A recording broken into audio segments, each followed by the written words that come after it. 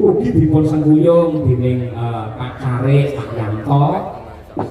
Iki hajate dua dusun wiwit saka krajan karo gawe. Yen krajan dipandhegani karo Pak Mawardi ewa dening gawe saka Pak Gundaris.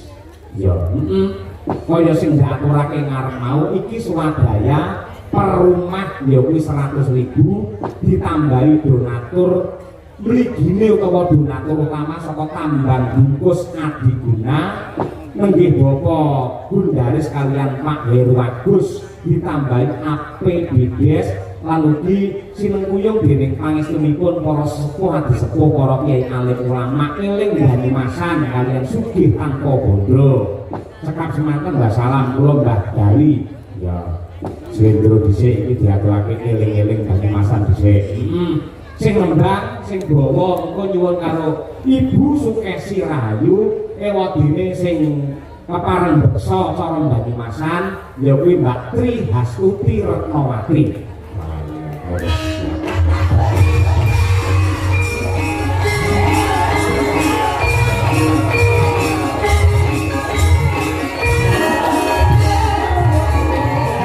Syukur unjuk ana kemurani Mbang Agung Yono dinene palengguhan iki kowe lan ugi kanca-kanca Madangkara bisa nderek sowan silaturahim wonten ing Desa Wates Jenangan Ponorogo.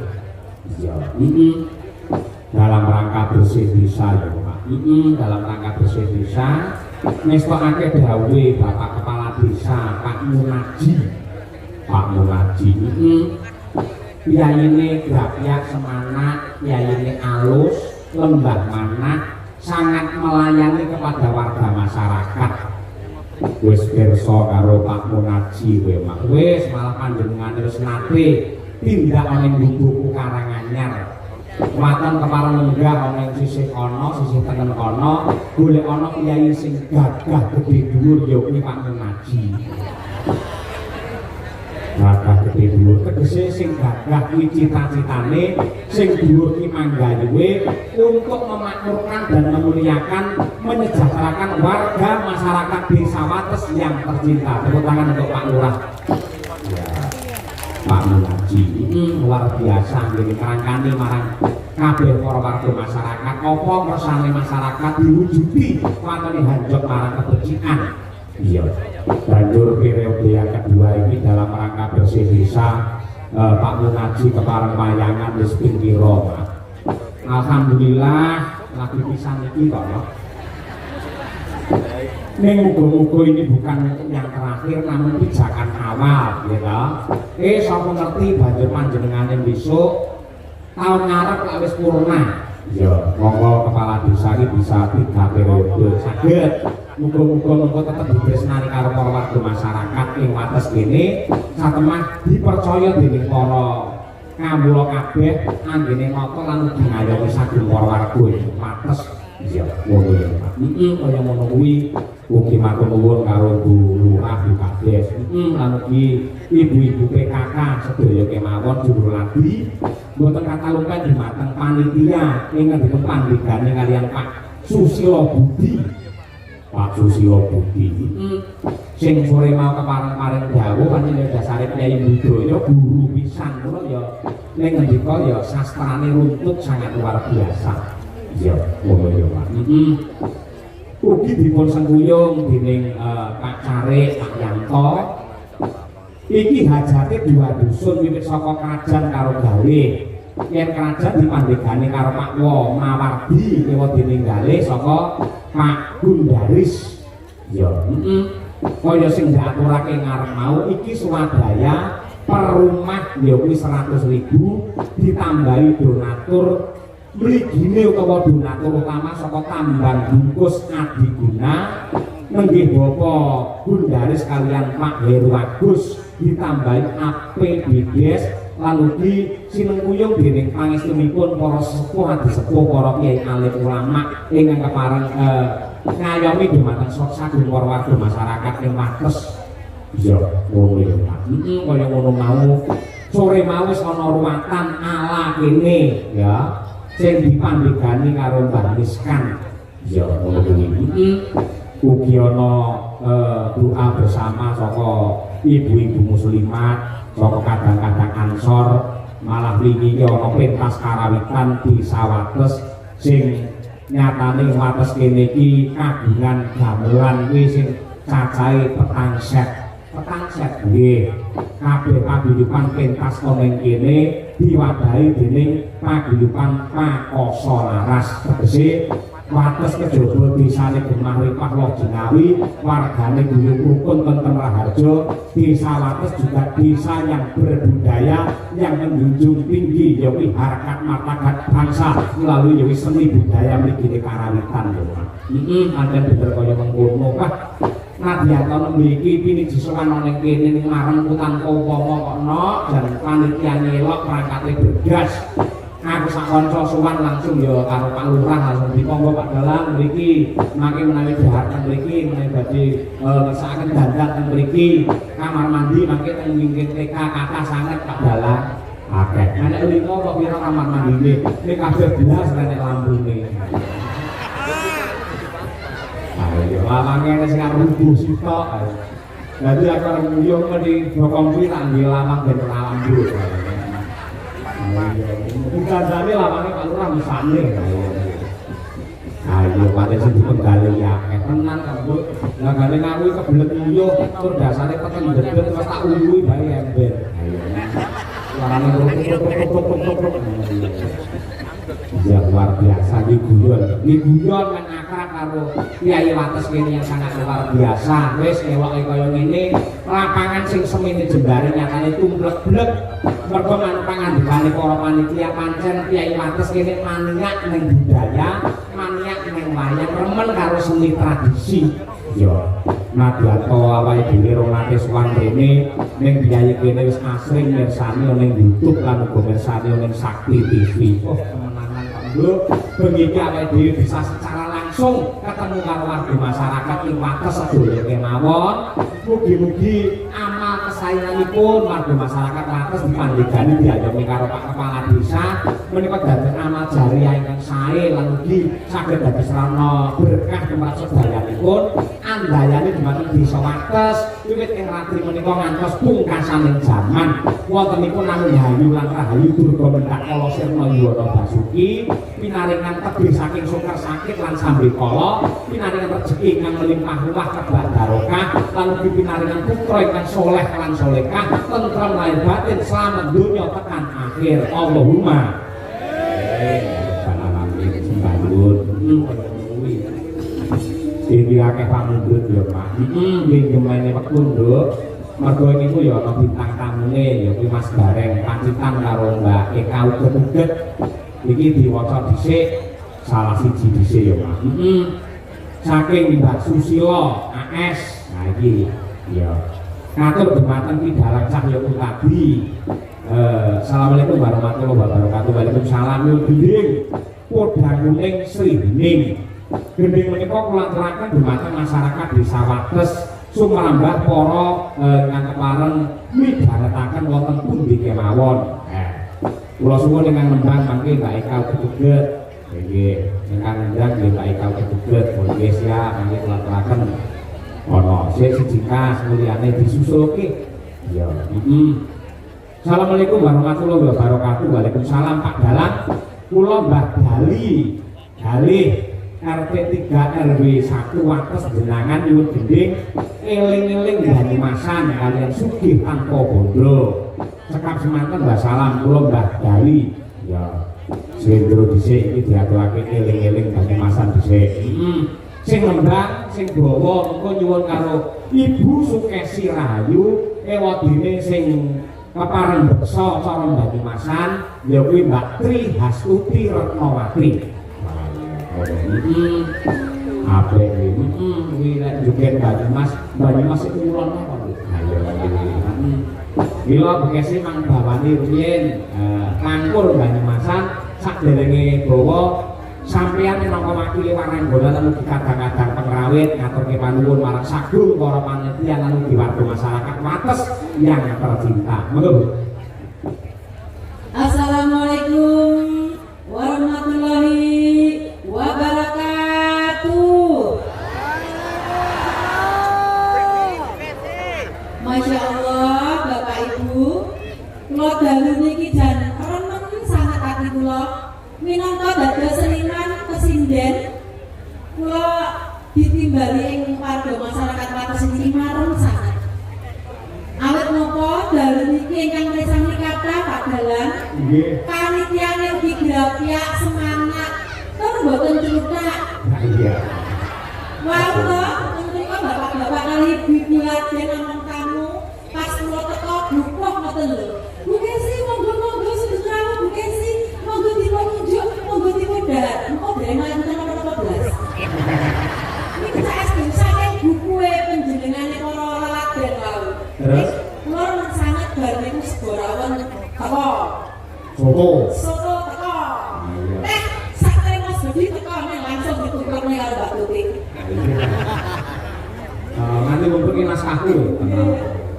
Pramila kula ngaturaken panuwun ingkang tanpa upami kunjuk dumateng Pak Kepala Desa, para perangkat desa, sesepuh pini sepuh, para kiai alim ulama lan ugi sedaya warga masyarakat wonten atas mriki.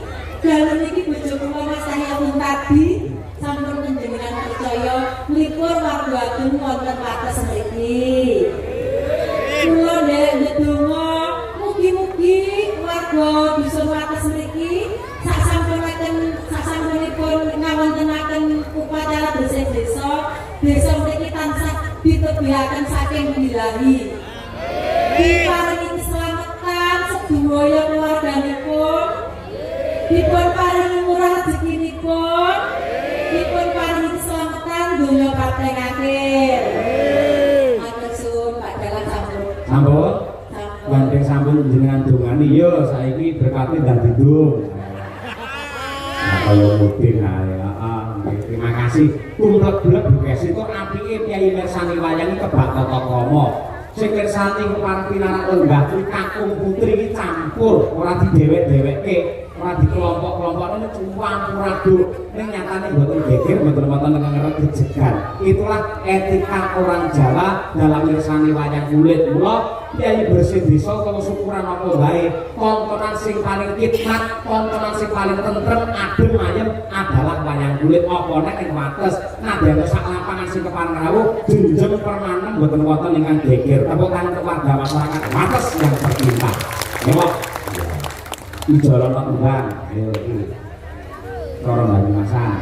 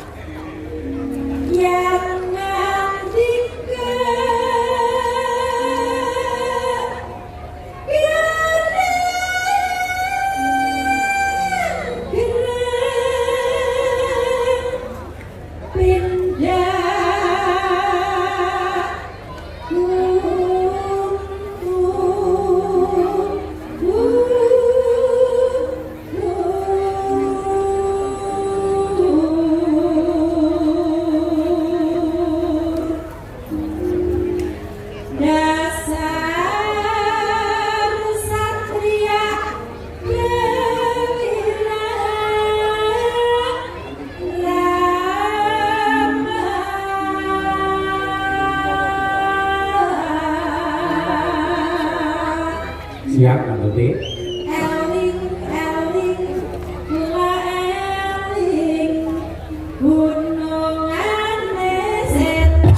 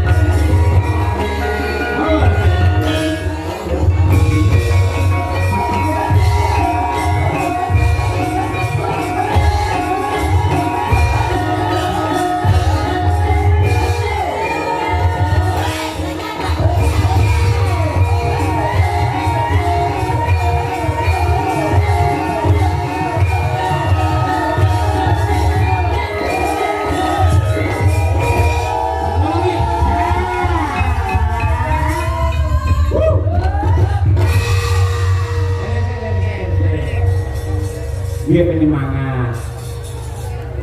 Ya, 200.000. Ini ya kuwi sesuk-esuk amplopmu ya sudah 200. Ya, terima kasih Buya tenan.